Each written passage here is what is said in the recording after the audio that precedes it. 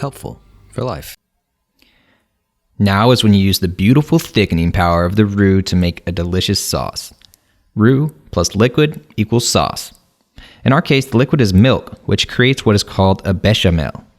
This is one of the French mother sauces, which we'll tell you a little bit more about later. Another popular liquid is stock, like chicken stock or beef stock. There are two ways you can create the sauce. You can add the roux to your liquid or add the liquid to your roux. If you're worried about the sauce becoming too thick, then you may want to add the roux little by little to the liquid. If you're not worried about that, or you just live a YOLO lifestyle like us, then just dump the liquid into the roux. Since we're making a mac and cheese and it's loosely based off a recipe, this is the option that we're going to use here. For some reason, people have all kinds of theories about the temperature of the roux and the liquid. Some say one should be hot and one should be cold. Some say both should be hot. Some say it doesn't matter. The truth is that all methods will work. The methods may affect how long it takes and how easy it is to get the right consistency, but the end result can be the same each way. The real important thing is that you get your roux and sauce mixture up to around 190 degrees Fahrenheit so that the starches in the roux can fully swell, which leads to thickening your sauce. For the home cook, I think the easiest method is to have the liquid be cold or room temperature and the roux hot. That's because this is what naturally happens unless you're cooking the roux in advance. Like for us, we cook the roux and we have the milk that we took out of the fridge. Anyways, regardless of temperature, always whisk until well incorporated. So, we will slowly add the liquid to the roux while we're whisking the whole time. Once the liquid is incorporated, let it simmer for at least 5 minutes. Again, this is to make sure that the starches can swell. Don't leave it on forever though, you can end up damaging the starch. After that, add any additional seasonings you want, or transform it into your end sauce by adding other ingredients. In our case, now we add the cheese. Alright, here we have a shredded 8-ounce block of cheese, which is about 2 cups. It melts a little nicer when you grate it fresh from the block versus the pre-shredded kind, but you can use either one. The pre-shredded cheese has some stuff on it to prevent it from sticking to itself. Potato starch and cellulose are 2 things that are often used to help with that.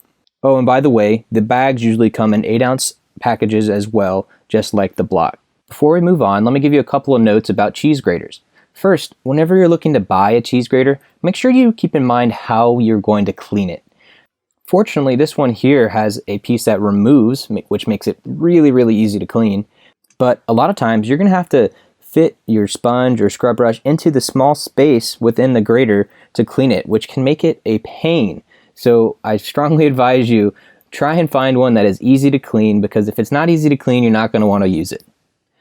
And one last tip, if you spray the grate with some nonstick spray before you grate it, the cheese won't stick as much to the metal itself. So we have 2 cups of milk and 2 cups of cheese. Let's whisk that cheese in slowly.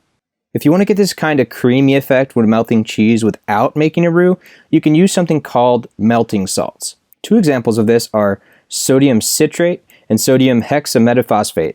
Say that 5 times fast. These are food additives that are often found in processed cheese.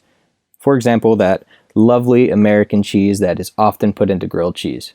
To learn more, check out this YouTube video by Adam Magrucia. And we'll start to stir that, and you can see that it's nice and creamy already. The cheese melts in pretty fast actually.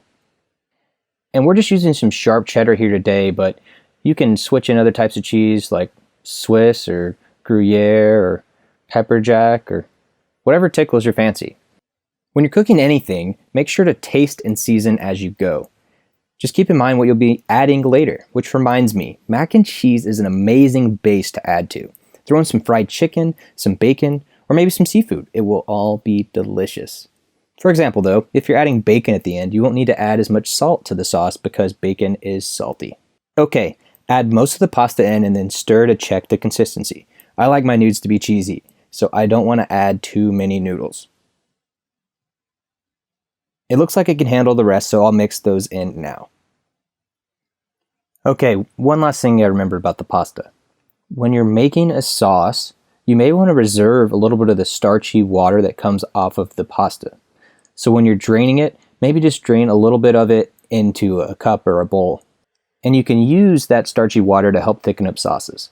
In this case, we didn't need it, but for other sauces, you might. Now I'm going to sprinkle some paprika on top. This will give it a little bit of flavor, but most importantly, the red color really pops against the cheesy sauce. It makes the dish look much nicer. Some people will add paprika to the roux or to the sauce to color the entire sauce, but I like it here on top for presentation. On the other half, I'm going to sprinkle some cayenne. In addition to the red color, this adds a bit of spice, which I am a huge fan of. If you have anything green to add some extra contrast, that would really up the presentation game. Some green onions or chives maybe. Then of course, we taste. Pretty good overall. Here's where you season to your particular taste. I think it needs a little more salt, and personally, I'd like to add some more spices in it. However, my wife, she likes it more plain, focusing largely on the cheese flavor of mac and cheese. Well, there you have it. Not only have you learned how to make homemade mac and cheese, but now you are a roux master. Alright, let's learn some more about sauces so you can put your new roux knowledge to work.